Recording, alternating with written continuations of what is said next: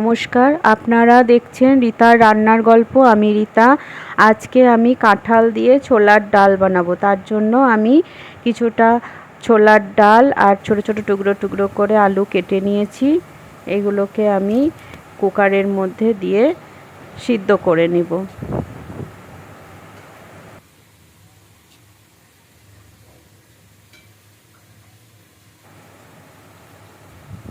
আমি একটা কাঁঠাল নিয়েছি, এটাকে টুকরো টুকরো করে কেটে কুকারের মধ্যে দিয়ে দিলাম।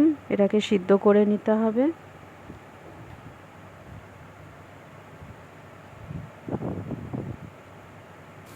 ছোলার ডাল আলু সিদ্ধ করা হয়ে গেছে, কাঁঠালটাও আমার সিদ্ধ করা হয়ে গেছে। এখানে লাগবে 2 শুকনো লঙ্কা, তেজপাতা, চিনি, লবণ, হলুদ, আদা বাটা, গোটা জিরে 2 চামচ আর 2 চামচ গরম মশলা আর একটু ঘি লাগবে। কড়াইয়ে তেল দিয়ে দিলাম। কড়াইয়ের মধ্যে 2 শুকনো লঙ্কা আর 1 চামচ গোটা জিরে আর 1 চামচ আদা বাটা দিয়ে দিলাম।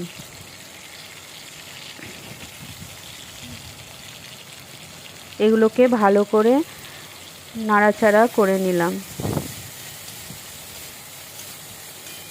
ভালো করে নাড়াচাড়া হওয়ার পর ভালো করে নাড়াচাড়া হয়ে গেলে কাঁঠালটা ওর মধ্যে ঢেলে দিতে হবে। কাঁঠালের মধ্যে আমি একটা তেজপাতা আর 2 চামচ লবণ আর 2 চামচ হলুদ দিয়ে দিয়েছিলাম। সেটা ওর সঙ্গে আবার নাড়াচাড়া করে নিচ্ছি ভালো করে।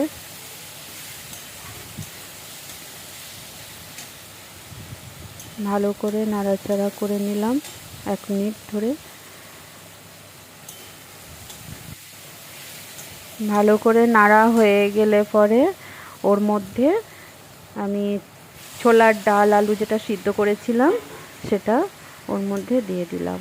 ভালো করে আবারও নাড়াচাড়া করে নিতে হবে। মধ্যে চিনি দিয়ে দিলাম 1 চামচ। 1 চামচ চিনি দিয়ে দিলাম ওর মধ্যে। চিনিটা দেওয়ার পর আবারও একটু ভালো করে নাড়াচাড়া করে নিতে হবে। ভালো করে নাড়া হয়ে গেলে ওর মধ্যে একটু জল ছিটিয়ে দিতে হবে। জলটা দেওয়ার পর আবারও একটু নাড়াচাড়া করে নিলাম। ভালো করে নাড়াচাড়া করে নিলাম।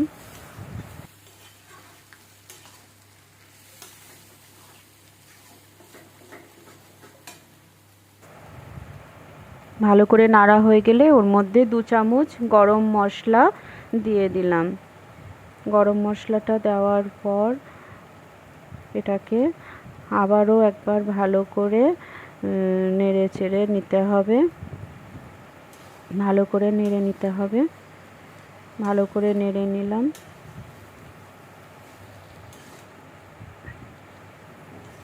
ভালো করে এটা নাড়া হয়ে গেল।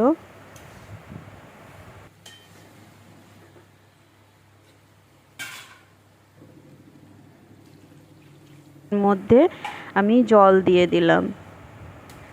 জলটা পরিমাণ মতো দিতে হবে। এর মধ্যে একটু জল দিয়ে দিলাম।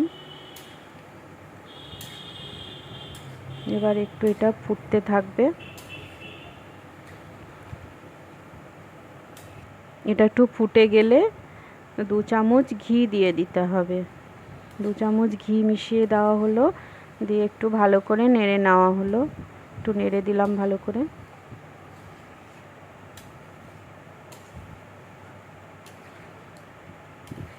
ভালো করে নাড়াচাড়া করার পর এটা একটু 1 মিনিট মতন ফুটবে। এটা আমার অলরেডি হয়েই গেছে।